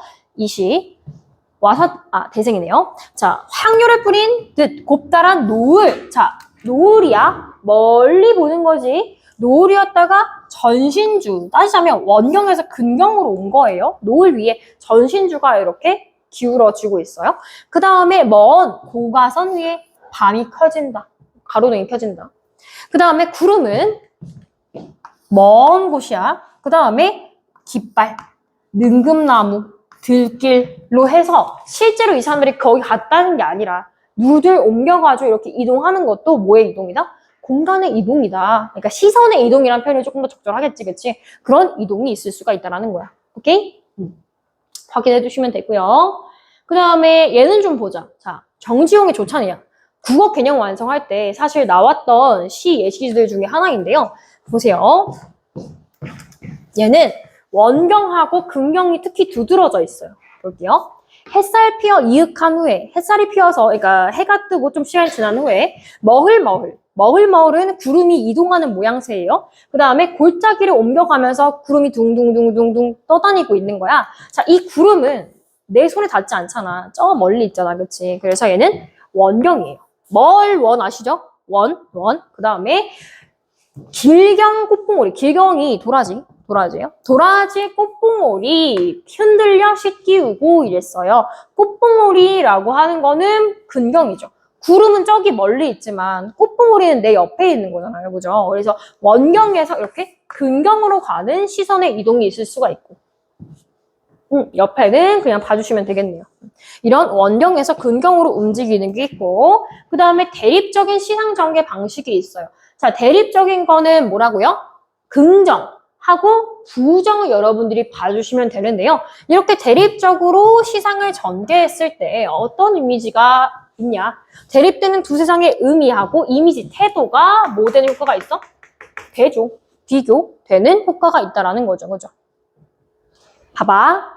여기서 조금 알기 쉬운 편인 애가 있어요. 한단 해볼게요. 이미 되어 있지만 우리가 읽으면서 대장간의 유혹이라고 하는 시가 있는데요. 이 시는 무슨 시냐면 우리가 발전을 함으로써 대장간 있어 요즘에? 대장간 잘 없지. 그치? 대장간이라고 하는 그런 전통적인 질서가 도시적인 개발에 의해서 점점점 무너져가고 없어져가는 것에 대해서 안타까움을 가지고 있는 화자야. 그러면 여기서 긍정적인 이미지가 있고 부정적인 이미지가 있을 건데 보자. 제 손으로 만들지 않고 한꺼번에 싸게 사서 마구 쓰다가 망가지면 내다버리는 플라스틱 물건처럼 느껴질 때 나는 당장 버스에서 뛰어내리고 싶다. 자, 이게 무슨 말일까요?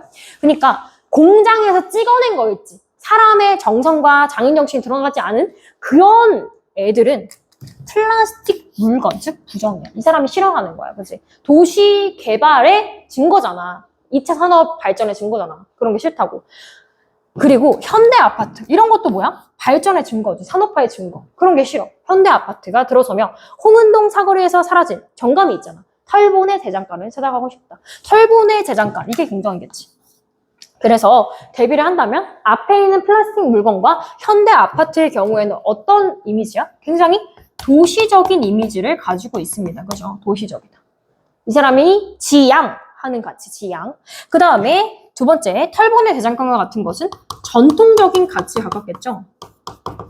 전통적 가치. 거기에 대해서 이 사람은 그리워하고 있어요. 그래서 그 털보네 대장간에 있던 뭐를 그리워하나요? 시퍼런 무쇠 낫으로 바꾸고 싶다.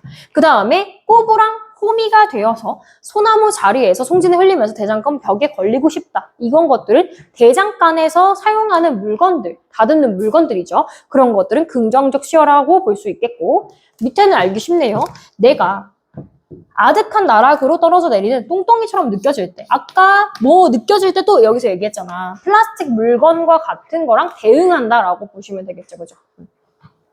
이런 대리적 시장 전개 방식이 있는 거고요. 그 다음에 또 뭐가 있냐? 아까 봤던 수미상관이 있습니다. 자, 근데 다음 쪽에 넘겨요. 수미, 처음과 끝이라고 했는데 여기서 봐두실 게 있다면 수미상관이 완전히 똑같이 나오는 경우는 사실 드물어요. 그러니까 약간씩 변형된 수미상관이 나올 가능성이 높아.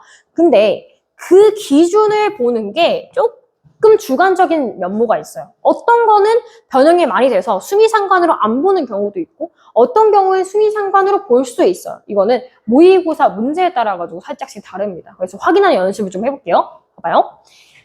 자, 한 그리움이 다른 그리움에게 유명하시죠? 자, 어느 날 당신과 내가 날과 시, 그러니까 이거는 뭐냐면 바느질 도구예요. 바느질 도구. 그래서 바느질 도구로 만나서 옷감을 만드는 도구로 만나서 하나의 꿈을 엮을 수만 있다면 이렇게 이야기를 해줬습니다.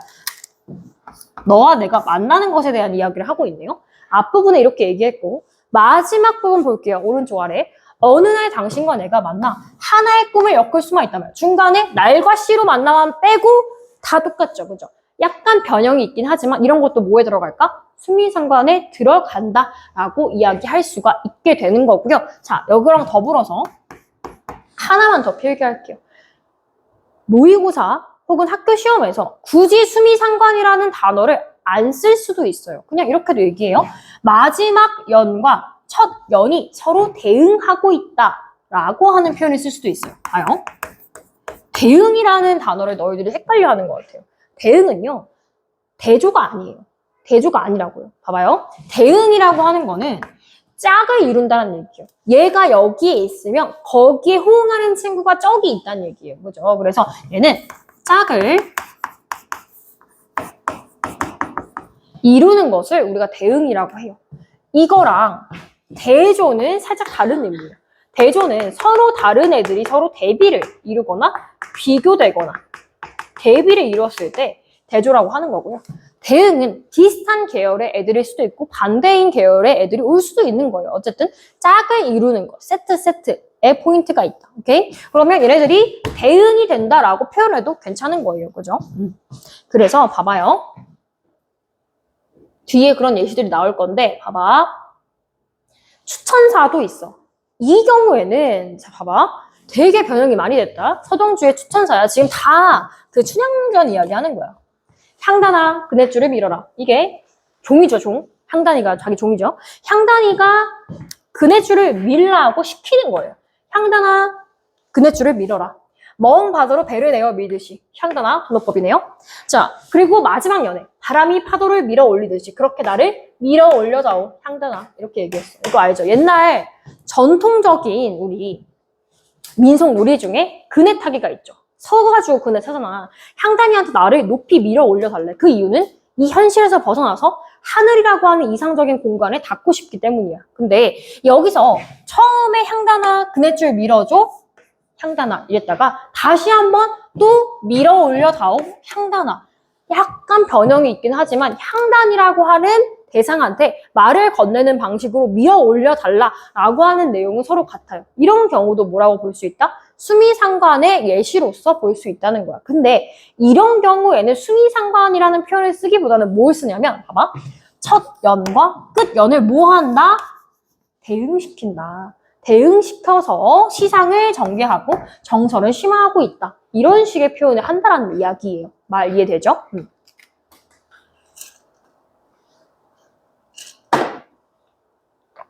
그리고 이 표현도 써요. 중간에 보면 여기 기출 속으로 보면 상응한다. 또 돼요. 오케이? 그 다음에 선경후정이 있네요. 선경후정은 한번 보시면 됩니다. 볼게요. 먼저 경치, 뒤에 정서라 그랬어요. 보니까 이건 2호의 달밤이야. 이 사람이 자기가 좋아했던 과거 어렸을 적의 풍경을 보면서 먼저 경치 제시하고 여기에 대한 그리움과 그 장면에 대한 소중함을 깨닫고 있는 그런 내용의 시예요. 달빛이 푸르다, 노을이 있다, 풍경, 들, 산들. 다 풍경이죠.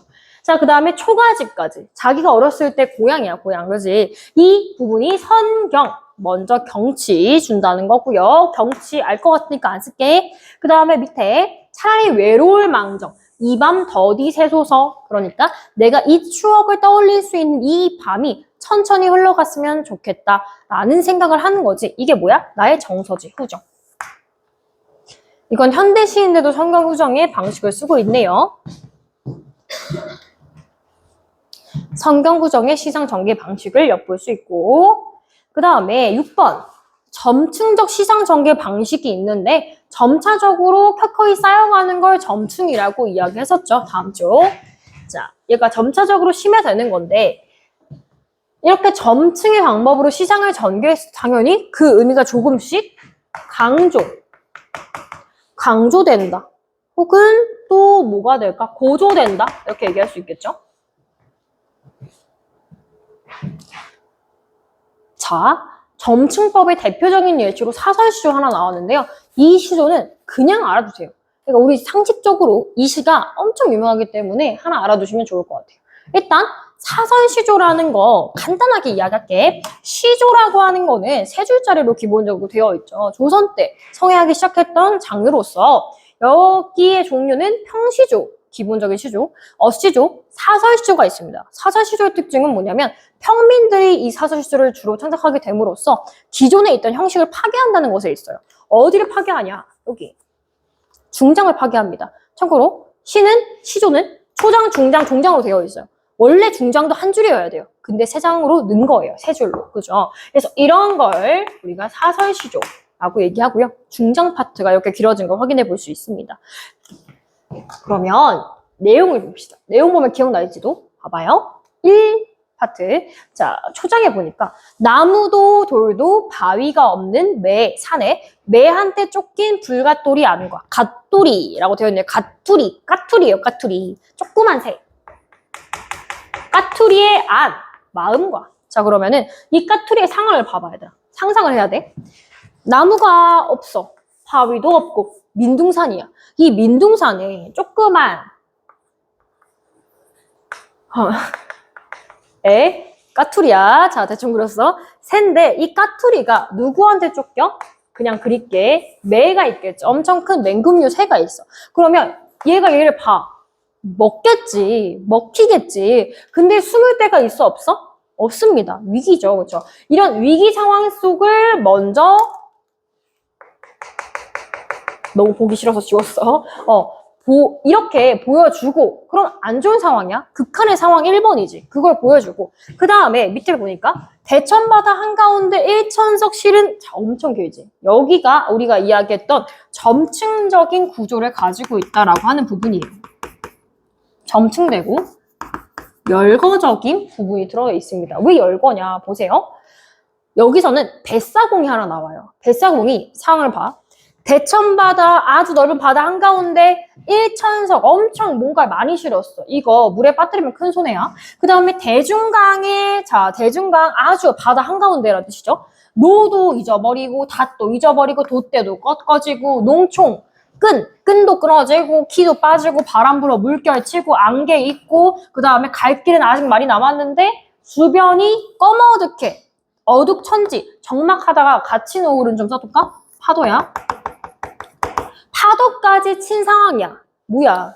이거는 현실적으로 이런 일이 있을 수 있어, 없어? 없을 정도로 굉장히 과장된 그런 부분이야. 근데 이런 상황이 있다라고 치는 거야. 거기에 심지어 모두 해적까지 만나서 수적이 해적이야. 해적까지 만난 뱃사공의 마음이 있어. 자, 그러면 뱃사공 어때? 울고 싶겠지, 그치? 울고 싶겠지? 진퇴양양, 사면초가의 상황이라고 볼 수 있습니다. 이런 극한의 상황 두 가지를 다뤘어요. 까투리 불쌍해. 뱃사공 불쌍하지? 이런 불쌍한 두 대상을 두고 여기까지는 불쌍한 내용이구나. 안타까운 내용이구나. 근데 이걸 왜 들고 왔을까? 특이하게 종장의 그 의도가 완전히 바뀌어요. 얘네 불쌍하죠? 근데 내가 더 불쌍해. 이 얘기야. 봐봐. 엊그제 님 여의다라는 거 외웠는데 기억나실지 모르겠어요. 이별한.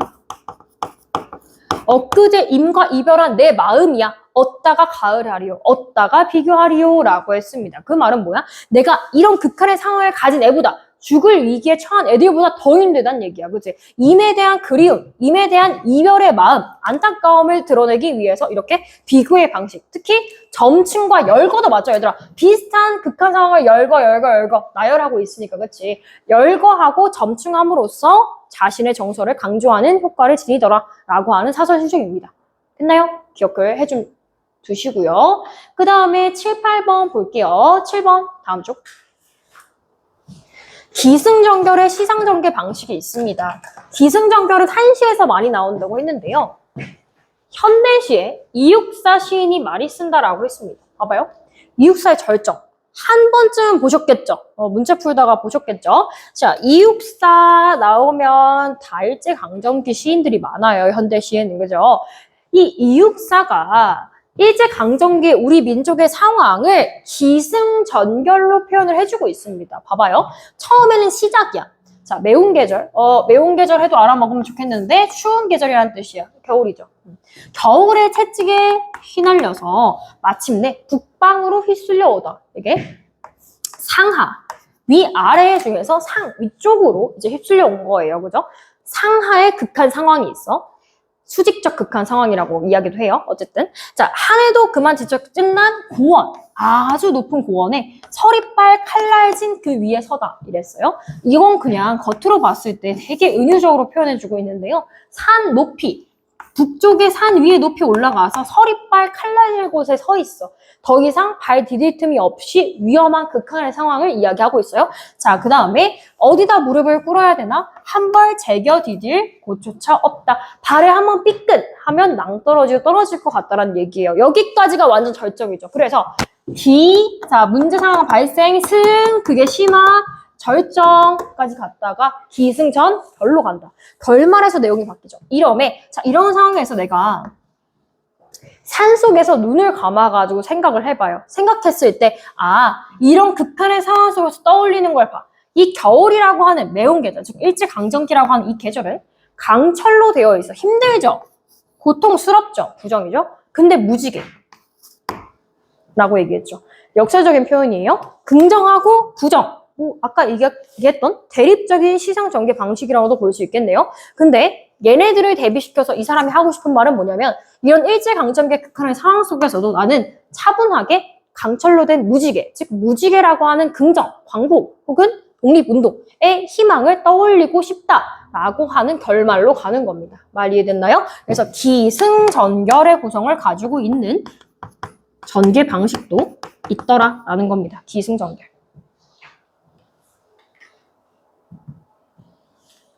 이런 구성이 있을 수 있고요. 그 다음에 8번 마지막. 자, 어조 변화에 따른 시상 전개 방식이 있는데 어조 변화는 똑같은 어조라도 시적 전환이 있느냐 없느냐에 따라 가지고 그 의미가 달라질 수 있다라고 했는데요.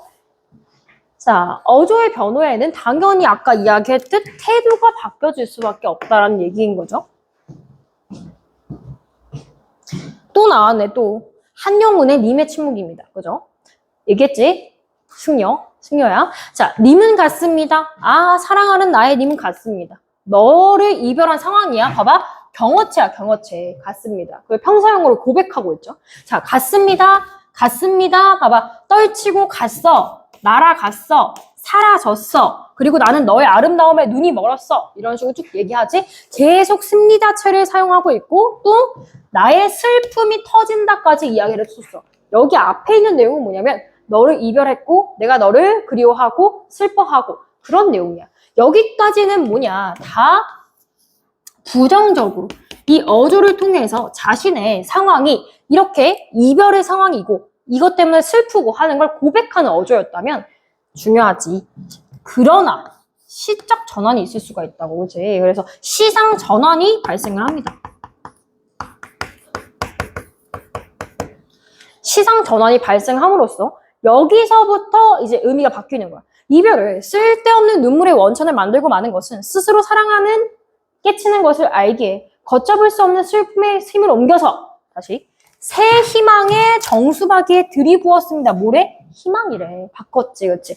똑같이 들이부었습니다. 습니다체지만 여기서부터는 희망의 어투로 가게 되는 거야. 말 이해되죠? 들이부었습니다. 뒤에 봐봐.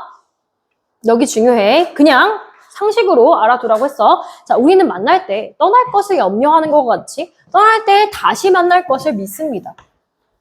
그리고 님은 같지만은 나는 니를 보내지 아니하였습니다. 네 자기의 곡조를 못 이기는 사랑의 노래는 님의 침묵을 휩싸고 돕니다.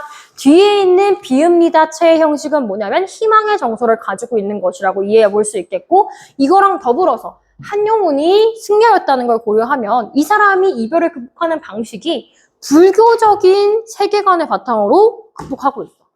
우리는 만날 때 떠날 것을 염려한다는 건 불교에서 그런 얘기를 하잖아. 전생이 있죠. 환생을 하죠. 불교에서는. 그죠? 다시 태어난단 말이야. 그게 순환이라고 보는 거야. 그런 걸 뭐라고 할까요? 윤회라고 하죠. 다시 돌아가는 거야. 그죠? 죽어도 괜찮아. 다시 돌아올 거야. 너가 얼마나 이 생애에서 뭐 죄를 지었느냐 안 지었느냐에 따라 가지고 그지? 이런 윤회적인 사고관이 있는데 그거랑 더불어서 그냥 알아두세요. 저기 한자성어 많이 나오는 거. 인생살이가 어떻게 될지 모른다. 좋았다가 나쁜 일도 있는 거다. 인생살이 세옹지마 이렇게 얘기하지. 좋은 일도 있고 나쁜 일도 있고. 세옹지마 같은 애들이 될 수가 있다. 이런 윤회적인 사고관을 바탕으로 해서 이 사람은 불교적으로 극복을 하고 있는 겁니다. 그죠? 그래서 이런 것까지 알아두시면 좋겠다. 다시 볼게. 중요한 부분만 보자. 시적 화자의 슬픔과 모의 어조가 초반에 드러나 안타까움의 태도, 부정의 태도가 드러나 있죠. 부정의 태도, 슬픔의 태도가 드러나 있지만 그러나 이후에는 슬픔을 극복하고 새로운 뭐를 갖겠다? 희망. 앞에서는 그리움, 부정 될 수 있겠네요. 그런 태도의 변화를 파악하면 된다라는 이야기. 많죠? 많은데 알아보면 된다. 됐나? 자, 그 다음에 뒤에 여기는 숙제고요. 뒤에 보면 4차시까지 나가는 요표인데요. 4차시는 내용에서는 사실 볼 게 없고요. 우리 판서로 간단하게 정리하고 나머지는 참조하면 예시들을 충분히 이해할 수 있는 것들이라서요. 가볍게 판서만 마무리하고 마치겠습니다. 자, 시의 형상. 우리 계속 시 얘기해요. 시에 나타나는 모습에 대해서 볼 거다. 라는 건데요. 시의 형상.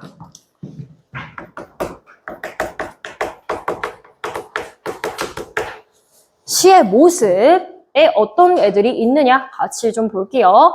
그러면 우리가 시가 전개되는 방식도 봤고 그러면 시에서 나타나는 모습, 상, 이미지를 보겠다라는 거야. 그러면 이 이미지들에 뭐가 있느냐. 일단 첫 번째로 이게 있어. 저 설명했을 거예요. 수사법 할 때. 봐봐요, 얘들아. 눈에 보이지 않는 것을 눈에 보이는 것처럼 표현하는 방식이 있다라고 했었어요. 기억나실지 모르겠는데. 자, 수상이라는 게 있지. 눈에 보여, 안 보여? 안 보여. 추상적 개념을 갖다가 뭐라고 해요? 그거를 눈에 보이게끔 만들어. 추상적 개념의 무슨 화? 구체화라고 이야기를 합니다. 혹은 시각화. 눈에 보이게 만드는 것이기 때문에 시각화라고 이야기를 하겠죠. 이런 방식도 있고. 이거는 이제 모르지 않겠지? 예를 들어서 우리 봤던 시들 중에 뭐 아버지의 죽음에 대해서 이야기하는 시에서 아버지의 꿈이 피지 못하다. 이런 내용이 있다라고 했을 때 꿈이 피지 못한대요. 그러면 피운다라고 하는 거는 어디에 해당되는 말이죠? 꽃이죠. 그렇죠? 꽃이나 식물 아니면 싹이 될 수가 있겠죠. 새싹. 근데 이 피지라고 하는 것은 그럼 실제적인, 물질적인 현실에 있는 거예요. 구체성이 있는 거죠. 근데 꿈이라고 하는 건 눈에 보이나요? 안 보이나요? 안 보이죠. 그러니까 이런 추상적인 개념을 물질화 시키는 것을 추상적 개념의 구체화라고 이야기를 하고요. 그 다음에 두 번째, 시의 형상, 즉 이미지로서 잘 드러나는 애들이 바로 심상이에요. 심상. 심상이니 마음속에 떠오르는 이미지를 심상이라고 하죠.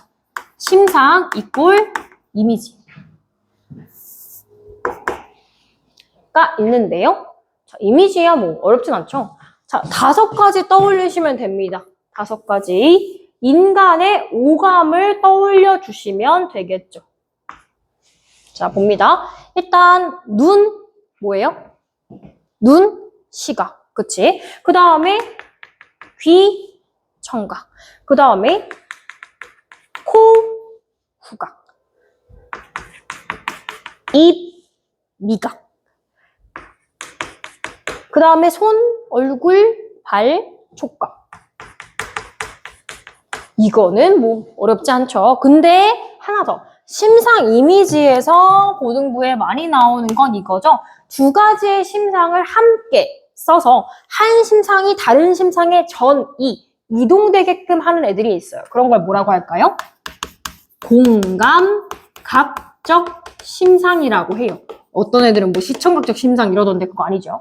공감각적 심상이라고 얘기합니다.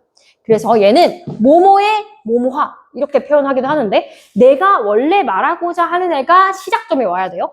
모모가 모모로 전이가 되다. 이런 식으로 이야기하는 거죠. 그죠? 이런 공감각적 심상이 있는데 얘도 예문 하나 들어볼까요? 뭐 있을까? 시각인 걸로 갈까? 붉은 꽃에 뭐로 할까? 따섬? 이런 식으로 이야기를 했을 때, 자, 붉은 꽃이라고 하는 거는 따지자면 무슨 심상이죠? 시각이죠. 참고로 색채어죠. 그쵸? 시각에서 어디로 갑니까? 따스함, 촉각. 그러면 출발, 내가 결국 말하고 싶은 거는 붉은 꽃이야, 따스함이야. 붉은 꽃이지, 붉은 꽃. 그치? 이랬을 때 어떻게 간다? 시각의 촉각화. 이렇게 간다. 여기까지 공감각적 심상. 알아두시면 되고, 그 다음에 3번째. 대립되는 친구들이 마찬가지로 있더라. 긍정적 이미지, 부정적 이미지야. 아까부터 계속 하던. 긍정, 부정. 그 다음에 부정. 긍정과 부정의 대립적인 쉐어들이 있을 수가 있겠고요. 자, 그 다음에 4번째. 또 나오는 게 아까 있었던 점층이랑 유사한 애가 하나 더 나왔던 것 같은데,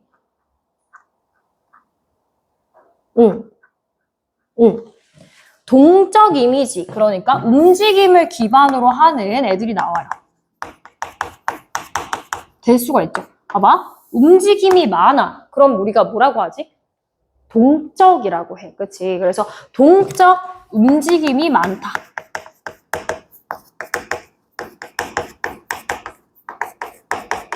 많을타야. 그 다음에 정적이다. 움직임이 적다.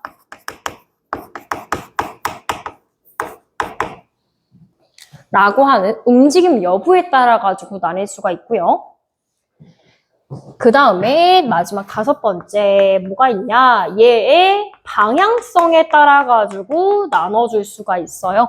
방향이 위로 가냐 아니면 아래로 가냐에 따라 가지고 나눠주는 거죠. 자, 위로 올라가는 거 상승적 이미지, 내려가는 거 하강적 이미지라고 할 수 있겠습니다. 상승, 올라가, 하강, 내려가.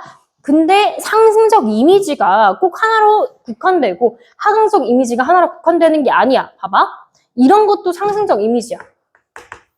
꽃이 피다. 넓게 보면 상승적 이미지예요. 왜냐? 피는 거는 하늘 위로 솟아 올라가는 거잖아. 상승적 이미지라고 볼 수 있고요. 역으로 꽃이 지다 라는 거는 떨어지는 거잖아, 꽃이. 그치? 그러니까 땅으로 내닿는 거니 당연히 하강적 이미지가 될 수 있다라고 볼 수 있겠죠. 그래서 이런 애들이 있다. 이게 시를 형상화하는, 시를 그려내는 방법이다라는 이야기인 건데요. 솔직히 어렵지 않죠. 이 부분도 예시를 한번 봐주시면서 문제 풀면 충분히 이해가 될 것이라고 생각을 합니다. 그래서 이 부분까지 이번 주 숙제로 해오시면 되는 거고요. 다시 한번 공지하자면 제가 단톡방에도 올릴 거고요. 문자도 한번 드릴게요. 다음 주에 사와야 되는 책이 있어요. 가방 잠깐 챙기고 있으면 갖다 줄게. 어떻게 생겼는지.